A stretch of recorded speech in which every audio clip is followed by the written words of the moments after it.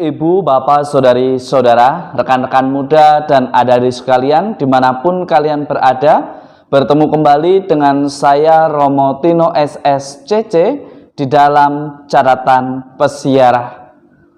Di dalam perjalanan persiaran kehidupan kita, ketika Anda, saya, serta kita semua mengalami kesuksesan, kita biasanya merasa bangga, bahkan jauh daripada itu. Seringkali kita jatuh pada sebuah kesombongan, merasa bahwa segala kesuksesan yang ada di dalam persiaran hidup kita karena usaha kita semata.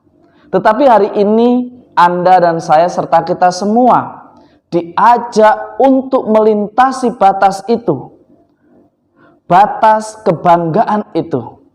Kita adalah makhluk yang tidak ada apa-apanya jika Tuhan tidak menghendaki hal itu terjadi di dalam persiaran hidup kita. Kesuksesan hadir bukan karena kita bisa, tetapi semata-mata karena campur tangan Allah dan kita yang mau bekerja sama dengannya di dalam persiaran hidup. Sebelum kita mendengarkan permenungan dari catatan pesiarah, marilah kita membuat tanda kemenangan Kristus.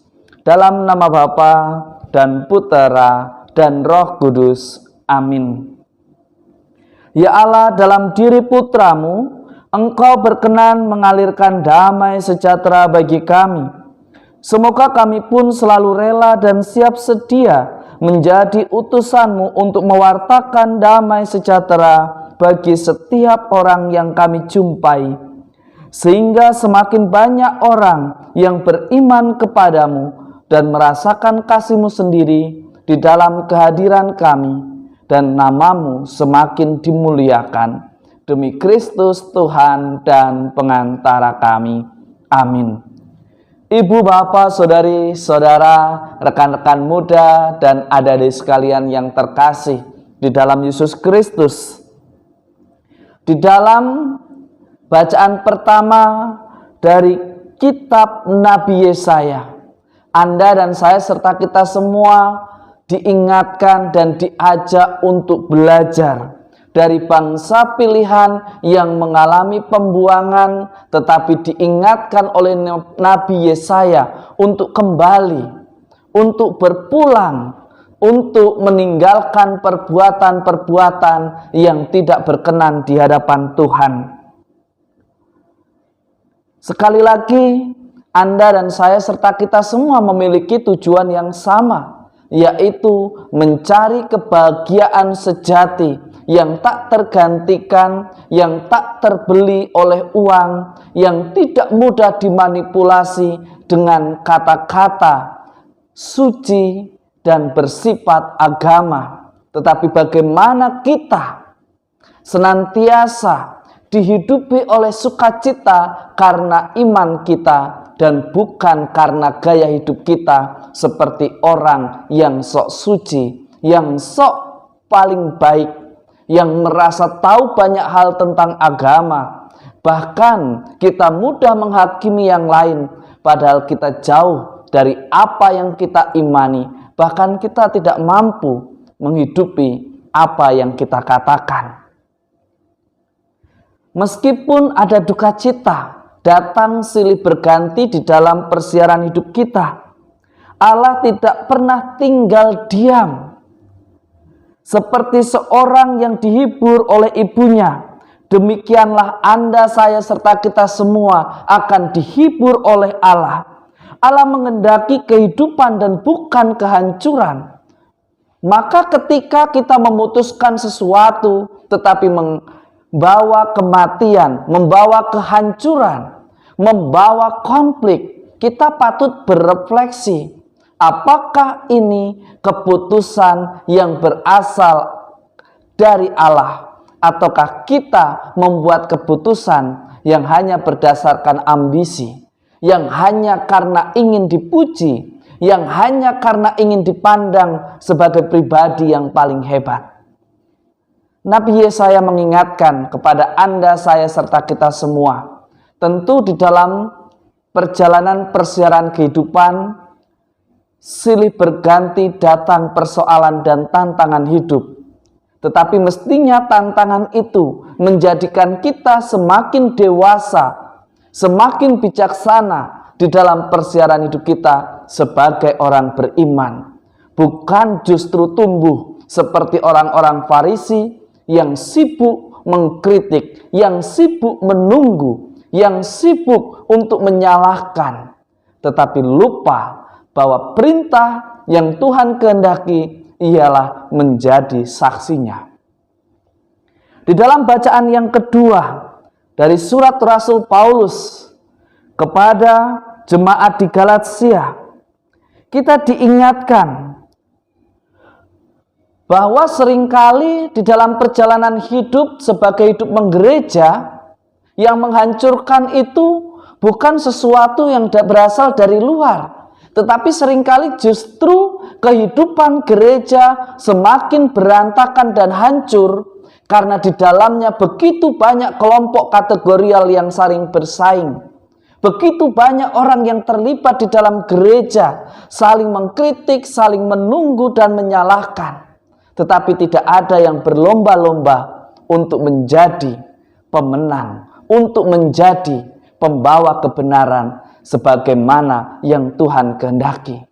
Kita hanya ingin memenangkan supaya dipuji. Kita hanya ingin menjadi yang terbaik supaya nama kita selalu disebut.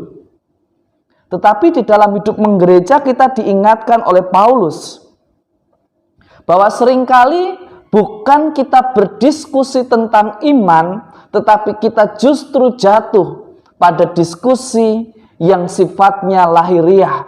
Kita menyibukkan hal-hal yang sepele. Lagu ini boleh dinyanyikan atau tidak, itu lagu yang tidak bisa dalam ekaristi. Sikap yang benar bagaimana, harus memakai sepatu ini dan itu. Yang terpenting di dalam gereja adalah kelayakan dan ketulusan serta kemurnian hati di setiap kita datang ke gereja untuk berdoa, memuji namanya, dan mengucapkan syukur atas kebaikan kita. Menjadi pertanyaan refleksi bagi Anda, saya, serta kita semua. Kira-kira kita tergolong pribadi yang mana? Apakah kita tergolong pribadi yang seringkali meributkan hal-hal kecil, bahkan membuatnya menjadi begitu besar, padahal itu adalah sesuatu yang mungkin tidak perlu dipertanyakan dan diberikan jawaban. Sangat menarik kalau kita refleksikan. Kita bisa belajar dari ke-70 murid yang diutus oleh Yesus untuk mewartakan dan menjadi saksinya. Ia melarang ke-70 murid itu untuk membawa bekal, membawa pakaian lebih. Karena apa? Karena Yesus ingin mereka bersaksi dan menjadikan mereka saksi hidup bahwa mereka senantiasa dipelihara dan dijaga. Meskipun mereka tidak membawa bekal, meskipun mereka tidak membawa pakaian lebih, mereka tetap dipelihara. Itulah kesaksian hidup yang ingin ditunjukkan oleh Yesus kepada kita semua. Jika kita masih memikirkan untung dan rugi di dalam pelayanan, maka kita patut berefleksi. Jika kita masih memikirkan tentang nama kita, kehormatan, lantas status kita, kita pun patut berefleksi. Kita melayani untuk memuliakan Tuhan atau membuat diri kita dimuliakan? Kita melayani lari dari tanggung jawab keluarga, atau karena memang betul kita ingin menjadi inspirasi keluarga untuk terlibat bersama di dalam kehidupan menggereja? Percayalah, jika Anda, saya, serta kita semua mau dan setia untuk berproses dan dibentuk, Tuhan menjadikan hidup kita berkat. Tuhan menjadikan hidup kita sebagai saksi nyata, saksi hidup bahwa Tuhan tidak pernah meninggalkan umatnya yang mau terlibat dan percaya serta setia kepada rencana Tuhan dan tanggung jawab yang dipercayakan kepadanya. Semoga berkat Tuhan senantiasa melindungi dan memberkati kita, Bapa dan Putera dan Roh Kudus. Amin. Seringkali karena kita tidak memiliki kedalaman iman yang lebih, kita sibuk untuk memperkarakan hal-hal sederhana dan sepele yang seringkali justru membuat banyak orang tidak bisa terlibat di dalam hidup menggereja. Bahkan dari cara kita berkata-kata, dari cara kita yang ingin selalu dibenarkan, membuat komunitas kita tidak nyaman. Kritik, evaluasi tentu diperlukan untuk membangun komunitas yang hidup, tetapi bukan untuk saling menjatuhkan, tetapi untuk bersaksi dan menghadirkan kemuliaan Tuhan di dalam kehidupan kita.